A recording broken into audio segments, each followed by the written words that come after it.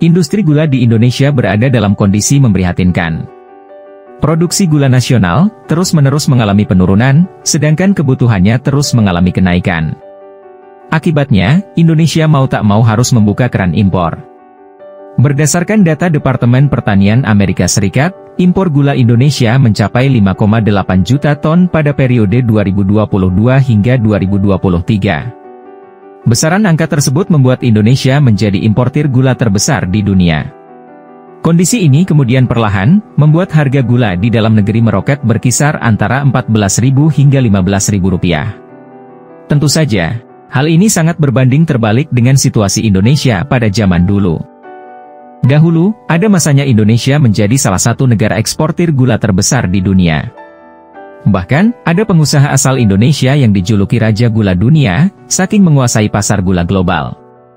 Kisah manisnya industri gula ratusan tahun lalu, bermula ketika tanam paksa berlangsung sekitar tahun 1830 hingga 1870. Sejak itu para petani diharuskan mengalokasikan 1/5 tanahnya, untuk menanami tanaman sesuai arahan pemerintah kolonial. Salah satu tanaman tersebut adalah tebu. Sejak itulah, perkebunan tebu muncul di banyak wilayah Jawa. Keberadaan tanaman tebu, otomatis mendorong pendirian pabrik-pabrik gula, sebagai produk hasil jadi tebu. Karena tebu dan pabrik gula merupakan penggerak ekonomi Hindia Belanda. Di masa itu tidak ada catatan soal berapa banyak produksi gula. Namun, menurut paparan sejarah nasional Indonesia tahun 1975, banyak penduduk yang menanami tanah mereka dengan tebu. Seiring waktu, industri gula tetap menjadi primadona setelah era tanam paksa berakhir. Pemberlakuan Undang-Undang Agraria dan Undang-Undang Gula pada tahun 1870 semakin memantik pertumbuhan industri gula. Terlebih, pemerintah kolonial banyak memberikan keistimewaan ke industri tebu, seperti pemberian kredit, keistimewaan distribusi, dan pembudidayaan tebu anti hama. Proteksi besar dari pemerintah itulah yang membuat para pengusaha swasta mulai menyewa tanah dan menanaminya dengan tebu, agar bisa mendapat sedikit keuntungan. Dalam catatan sejarah Indonesia modern tahun 2009, keistimewaan ini membuat para pemodal di Hindia Belanda menanami tanah kosong dengan tebu. Singkatnya, setiap ada tanah kosong, pasti ada tebu di sana. Sehingga semakin banyak tebu, semakin meningkat juga produksi gulanya.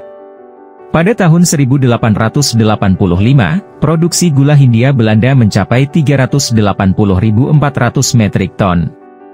Lalu 10 tahun kemudian mencapai 581.600 metrik ton. Dan di penghujung abad ke-19, produksi gula pecah rekor mencapai 744.300 metrik ton. Gula lantas menjadi komoditas ekspor teratas di Hindia Belanda disusul kopi, teh, karet dan sebagainya. Salah satu orang yang merasakan manisnya industri gula adalah pengusaha asal Semarang, Oei Tiong Ham. Dia berbisnis gula lewat bendera Oei Tiong Ham Concern atau OTHC.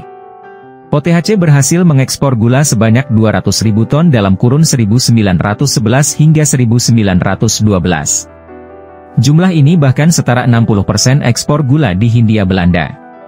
Berkat besarnya bisnis gula, Oei Tiong Ham dijuluki Raja Gula Dunia dan tercatat punya kekayaan 200 juta golden. Namun, ada kisah pahit di balik kesuksesan Oei Tiong Ham. Dia jadi bukti bahwa industri gula di Hindia Belanda tidak selalu pro petani atau pemilik lahan. Rupanya besarnya keuntungan industri gula tidak selalu disebabkan oleh besarnya permintaan dunia, tetapi juga kelicikan para pengusaha. Menurut Rick Leves, banyak pengusaha yang memangkas upah petani dan mengurangi biaya sewa tanah. Alhasil, perusahaan gula makin makmur dan pemiliknya kaya raya. Lalu hidup petani tidak begitu sejahtera. Alhasil, jurang si kaya dan si miskin makin melebar. Sampai tahun 1930, tercatat ada 180 pabrik gula di Jawa. Ini baru Jawa, belum di pulau-pulau lain. Dari ratusan pabrik itu, tercatat industri gula Hindia Belanda berhasil memproduksi 3 juta ton per tahun. Hal ini kemudian menjadikan Hindia Belanda salah satu pemain utama dunia. Sayangnya, masa emas industri gula mulai menghilang ketika pendudukan Jepang.